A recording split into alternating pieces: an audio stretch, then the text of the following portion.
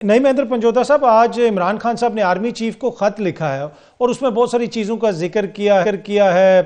इनके ऊपर इल्ज़ामात लगाए हैं, हुकूमत के ऊपर, मुल्क की सूरत हाल का जिक्र किया है। क्या ये कोई आपकी पॉलिसी में शिफ्ट है? क्या वजह बनी, क्यों आर्मी चीफ को खत लिखा है इमरान खान साहब ने?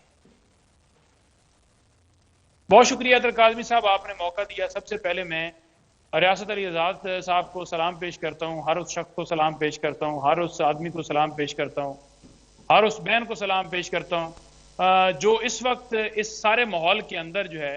वो आवाज़ बुलंद कर रहे हैं, रूल ऑफ लॉ के लिए, आज़ाद अदलिया की आवाज़ उठा रहे हैं। जिस तरह इस्लामाबाद हाई कोर्ट में ये शफलिंग की गई है, जिस तरह ये ट्रांसफ़र किया गया है, जैसे हुमायूं दिलावर साहब हों या कोई और जज हों, इशारा कर जमंद हों, जैसे वहाँ तैनातियाँ करके फैसले दिए गए। सिर्फ कसूर इन जजेस का ये था कि इन्होंने 6 जजेस ने लेटर लिखा था सुप्रीम कोर्ट को, जिसकी बुनियाद के ऊपर वह बुरा लग गया कि वो कह रहे हैं कि हम आज़ाद जज हैं, हमने आज़ाद तरीके से फैसले करने, हमने किसी की मुदाखलत बर्दाश्त नहीं करनी। इसी वजह से जजेस लाए गए हैं। बेशक आइन मौजूद होगा, लेकिन आपकी नीयत नजर आ रही है कि वो तमाम केसेस जो नए जज लग रहे हैं उन्हीं के पास इमरान खान साहब के केसेस जा रहे हैं, और नेक्स्ट अलकादर ट्रस्ट केस भी इन्हीं जजेस में से एक के पास जाएगा, बाकी भी सारे इनके पास जाएंगे। तो ये वाज़ह क्लियर नजर आ रहा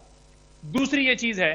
कि मैं आपको ये बताना चाहूंगा कि खान साहब ने आज जो खत लिखा है उसके अंदर वजह एक गलत नैरेटिव दिया जा रहा है जी, कि गौहर साहब कह रहे हैं जी कि पीटीआई की पॉलिसी नहीं है। नहीं, उन्होंने कहा है कि पीटीआई की पॉलिसी बदली नहीं है, यानी पॉलिसी हमारी वही है, लेकिन फौज के हवाले से जो बात की है खान साहब ने उस खत के अंदर, वो ये कह रहे हैं कि तमाम इदारे अपनी हदूद के अंदर हैं। उन्होंने जो पॉइंट्स वहां पर उठाए हैं उनके अंदर उन्होंने 8 फरवरी जो मैंडेट चोरी किया गया उसका जिक्र किया, उन्होंने जिक्र किया 26वीं तरमीम का जिक्र किया कि कैसे अदलिया को कंप्रोमाइज किया गया, उन्होंने पीका एक्ट का जिक्र किया कि कैसे आवाज बंद की जा रही है, साफी कोई बंदा बात ना करे, और ये इसी वजह से लॉज लेकर आ रहे हैं ताकि पीटीआई जो है उसके ऊपर क्रैकडाउन जारी रहे, जमहूरियत के ऊपर हमले जारी रहे, रूल ऑफ लॉ के ऊपर हमले जारी रहे, और कोई बंदा बात ना करे, आवाज ना उठाए। उन्होंने साथ